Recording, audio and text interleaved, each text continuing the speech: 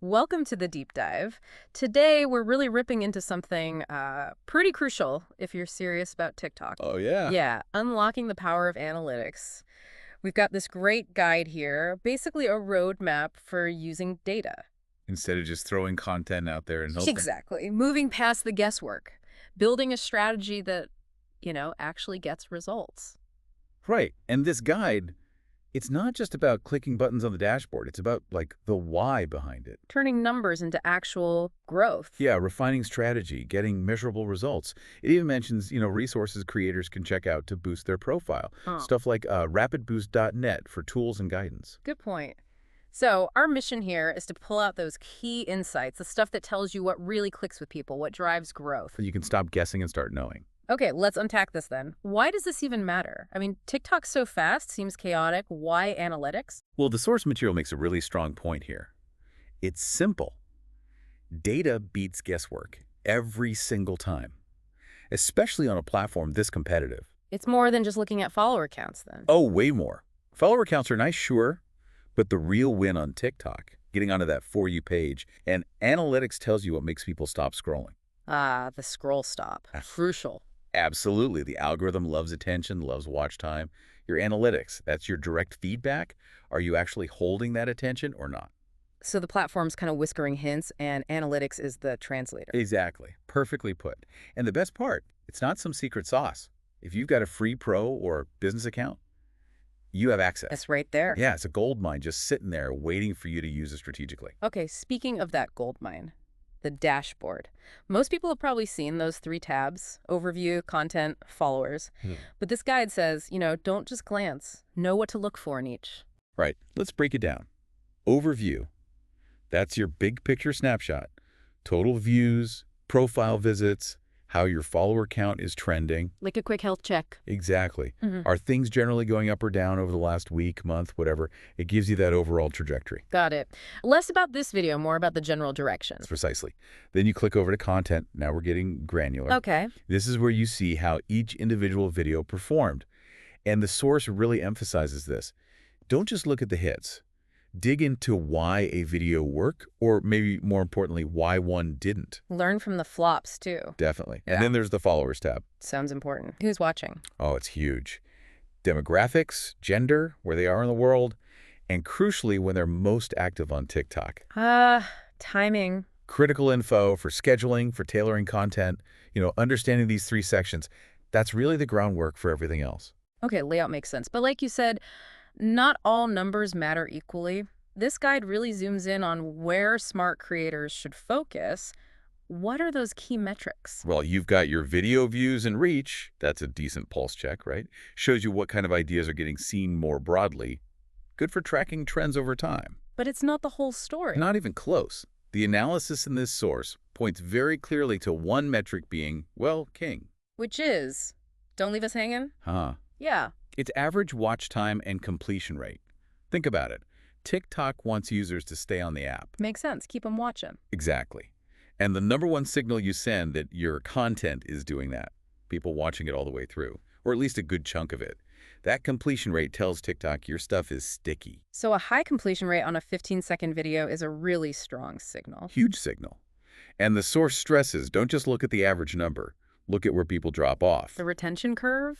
Yeah. Is everyone leaving in the first 3 seconds? Your hook needs work? Are they bailing halfway through? Maybe the middle section drags or the payoff isn't clear? So analyzing that pattern is where the real learning happens. Totally. You compare your best videos. Did a faster pace keep them? Did asking a question right at the start help? Find those patterns. It's direct feedback for your next video structure, pacing, everything. Okay, watch time is king. What about interactions? Likes, comments, shares, the engagement stuff. Yeah, engagement rate. That's key for understanding what actually sparks a reaction. What makes someone do more than just watch. Like what topics get people talking? Exactly. Or what style. Compare engagement across posts. Does humor get more comments for you? Do practical tips get more shares? It shows what motivates your specific audience to interact. And the last piece you mentioned, where they come from, who they are. Absolutely critical. Traffic source types. Are people finding you mainly from the For You page? From following? Yeah. From profile visits? from shares tells you a lot about discoverability. And how that connects to who they are. You pair that with the audience geography and activity times from the Followers tab. This is pure gold. If you know when most of your followers are online, you post then. Maximize that initial burst of views. Seems obvious, but easy to forget. Super easy. And knowing where they are or other demographic info, maybe you tailor some content if you see a big spike in a certain region or group. It's about being strategic with timing and themes. Okay, wow. So we've got the key numbers nailed down according to the source. But the big question, how do you actually use this? How does it change what you film tomorrow? Right, this is where the rubber meets the road, turning insights into action. The source lays out practical ways to optimize, like using that audience activity data to adjust your posting schedule. Don't just post whenever. Exactly. Post when your audience is actually there.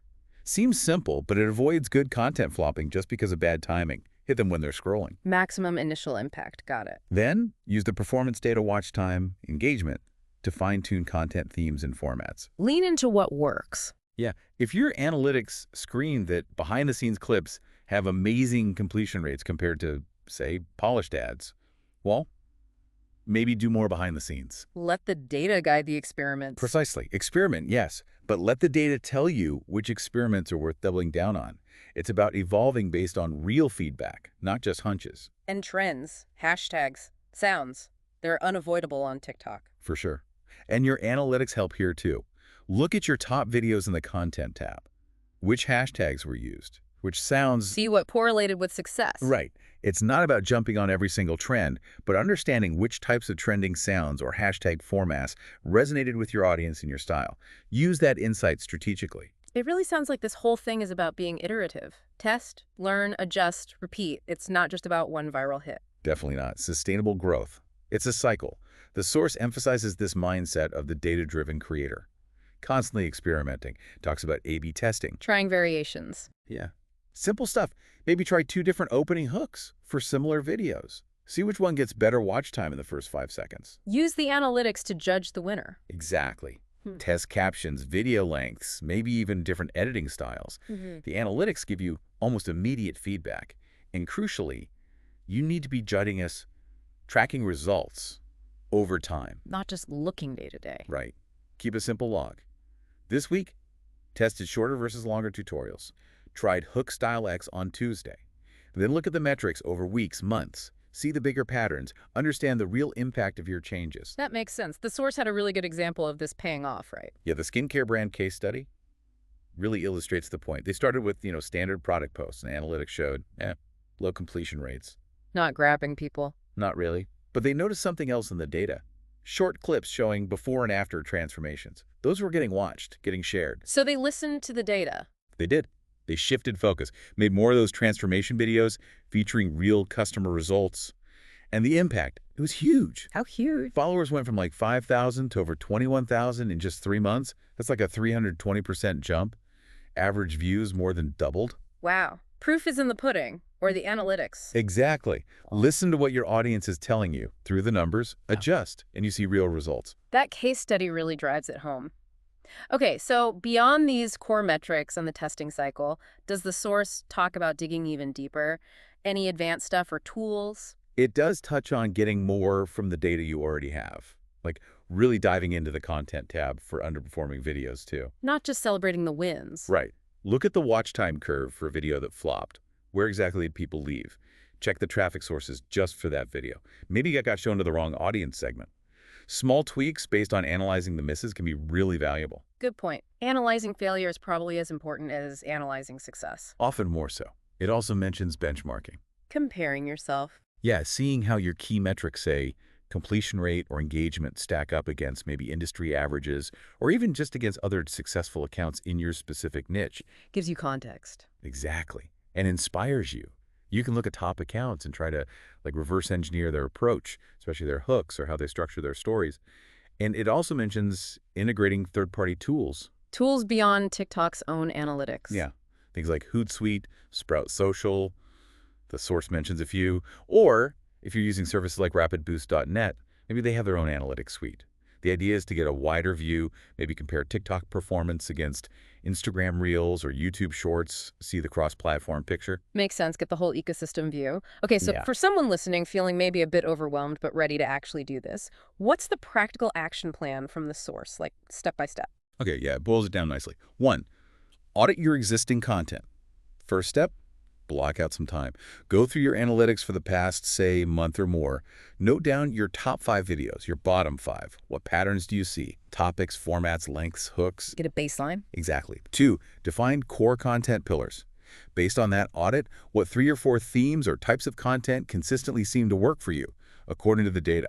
Make those your core pillars moving forward. Focus your efforts. Right. 3, set data-driven goals. No more vague goals like get more followers, get specific. Use the metrics, increase average watch time by 15 seconds within 6 weeks, or double the share rate on tutorial videos this quarter. Measurable stuff. Things you can actually track. Precisely. Okay. 4, schedule and test.